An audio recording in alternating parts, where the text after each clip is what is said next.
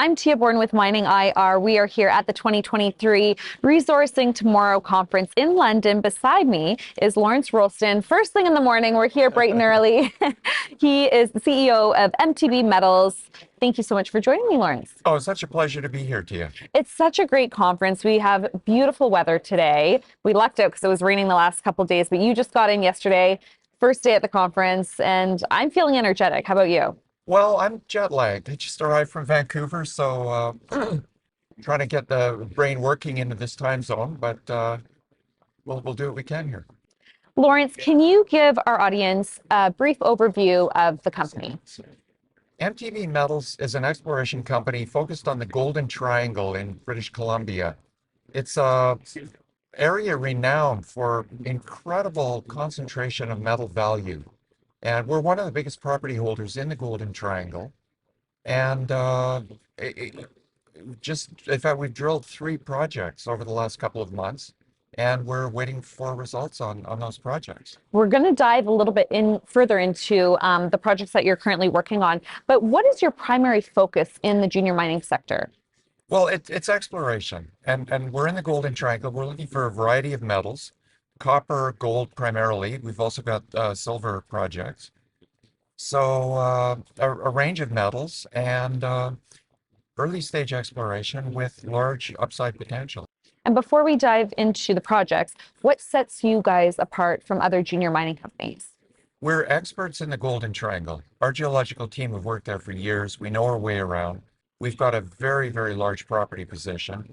And our flagship project is shaping up to be a very, very significant discovery. And can you tell us a bit more about that flagship project? It's a porphyry copper gold prospect. It's in the Golden Triangle. It's immediately adjacent to a project that's run by a major. There's 3 other world-class porphyry copper gold deposits around us. We've got exactly the same geology as those nearby projects, and everything we have makes ours look the same as those other well-established projects. Now, what makes it a unique investment opportunity? It's at this moment, in fact, it's a very unique situation in that we've seen the drill core, we've talked about the drill core in a news release, and we've published pictures, but we don't have the assays yet. Now, with copper, it's pretty clear that there's copper in the drill core. And we back that up with an XRF, which gives us a pretty good approximation. We know there's copper in the drill core, and we're just waiting for assays, which are due any day now. They're coming. Yes. Can you tell us, Lawrence, about the financial health of the company? Well, we're at the end of the summer exploration season, so we're at a low point in the finances. We've got enough to keep going. We'll need to replenish for next season. But we're good for now. And how do you plan to fund future exploration projects? Well, the results of this current drilling and drilling on 2 other projects should see a significant re-rating in the share price. So we're at the same level we've been for months now. We haven't seen any kind of appreciation in the share price based on what we've achieved so far.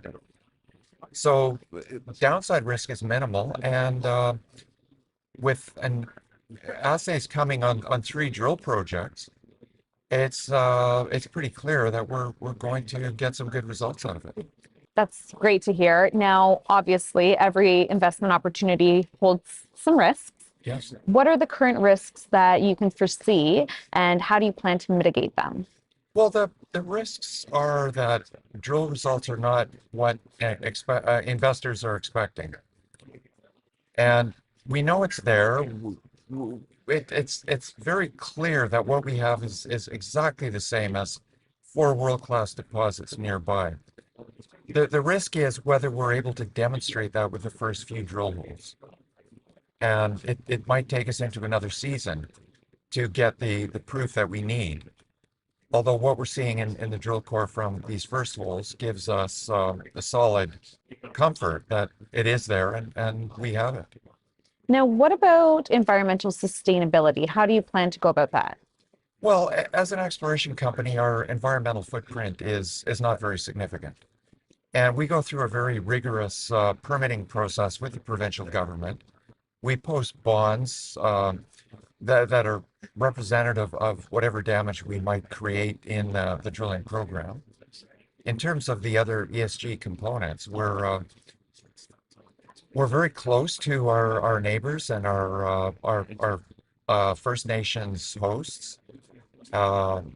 We're very respectful of the rights of the First Nations in this area, and we have very good relations. So on an ESG timeline, it's just to us, ESG just means doing the right thing, and that's our nature. That's just the way we do it. How you operate. Yes. Now, what about innovative approaches in terms of enhancing your exploration? Is there anything that you're doing differently? We are using the most up-to-date geoscientific tools that are available. We've engaged some of the leading experts in porphyry geology. We're working with the University of British Columbia Department of Geology, and we're also working with Geological Survey of Canada. We're employing every bit of geoscience that we can put our hands on that will help us to understand this in a cost-effective manner. Lawrence, what does the market potential look like for your key commodities? Well, for copper, it's very positive. And we could debate all day what the copper price is going to do in the near term or the longer term, but the reality is the major mining companies, whether they're copper companies or base metal companies or gold companies, they're all looking for new copper deposits. And we see that in the reaction, for example, of Barrick, when a company called Hercules announced the first drill hole, and it was copper, there's no gold in it. Barrick jumped in and made a $30 million investment in a junior exploration company based on copper results in the first drill hole. So it's just an indication that the majors are looking for copper deposits. And there was a discovery made not far from where we are, this right in the same area. And Newmont paid $420 million in 2021 to buy that junior. So that's a lot of interest. There's a lot of interest, and that takeover by Newmont is sort of our business model to replicate the success of that junior. Now, obviously, it's very important for investors to feel comfortable, feel like the companies that they're investing in are being transparent and have open communication. How do you go about that? Well, we do the best we can to communicate via news release, and I get out to these conferences and tell the story. When we drill those early holes, we publish pictures of the drill core. So we make an effort. We don't overdo it on the IR side, but we certainly recognize the importance of transparency and communication. Now, Lawrence, before I let you go, what are some things that you would like to leave our investors with? Any key messaging? We are on the verge of a very, very important discovery of a copper gold porphyry in the Golden Triangle, which is a tier 1 mining district with majors clamoring all over it. So keep an eye on it, watch for news releases. We'll have results from 3 drill programs coming over the coming weeks. So there's going to be a lot of news and a lot of excitement. Lawrence Roulston, MTB Metals, thank you so much for joining me. My pleasure, dear. Thank you.